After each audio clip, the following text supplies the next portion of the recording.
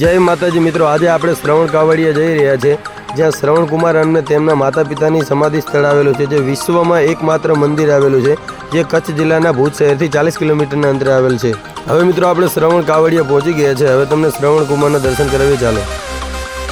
મિત્રો આખા ભારતમાં શ્રવણ કુમારનું ફક્ત એક જ આ મંદિર આવેલું છે, જે ભુજ શહેરથી 40 કિલોમીટર અંતરે કચ્છ જિલ્લામાં આવેલ છે।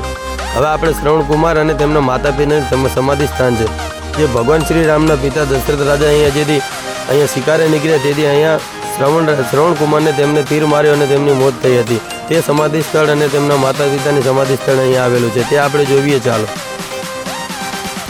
મિત્રો હવે તમે જે સામે સમાધિ જોઈ રહ્યા છો, જે શ્રવણ કુમાર અને તેમના માતા પિતાની સમાધિ સ્થળ છે, અને જે કાવડ વડે જે માતા પિતાને દર્શનાર્થ કરાવતા હતા જે શ્રવણ કુમાર, એ કાવડ પણ અહીંયા છે, તમે જોઈ શકો છો।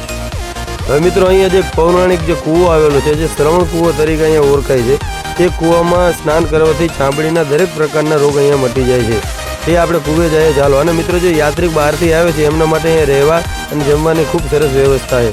આ તમે જોઈ શકો છો કે જે કૂવો છે, જે એને સ્નાન કરવાથી ચામડીના રોગ બધા દૂર થાય છે। મિત્રો આ વિડીયો પૂરો જોવા માટે આપણે યુટ્યુબ ચેનલ અંદર આ વિડીયો અપલોડ કરી દીધો છે, તો તમે ફટાફટ આપણી યુટ્યુબ ચેનલ અંદર જાઓ અને વિડીયો જુઓ।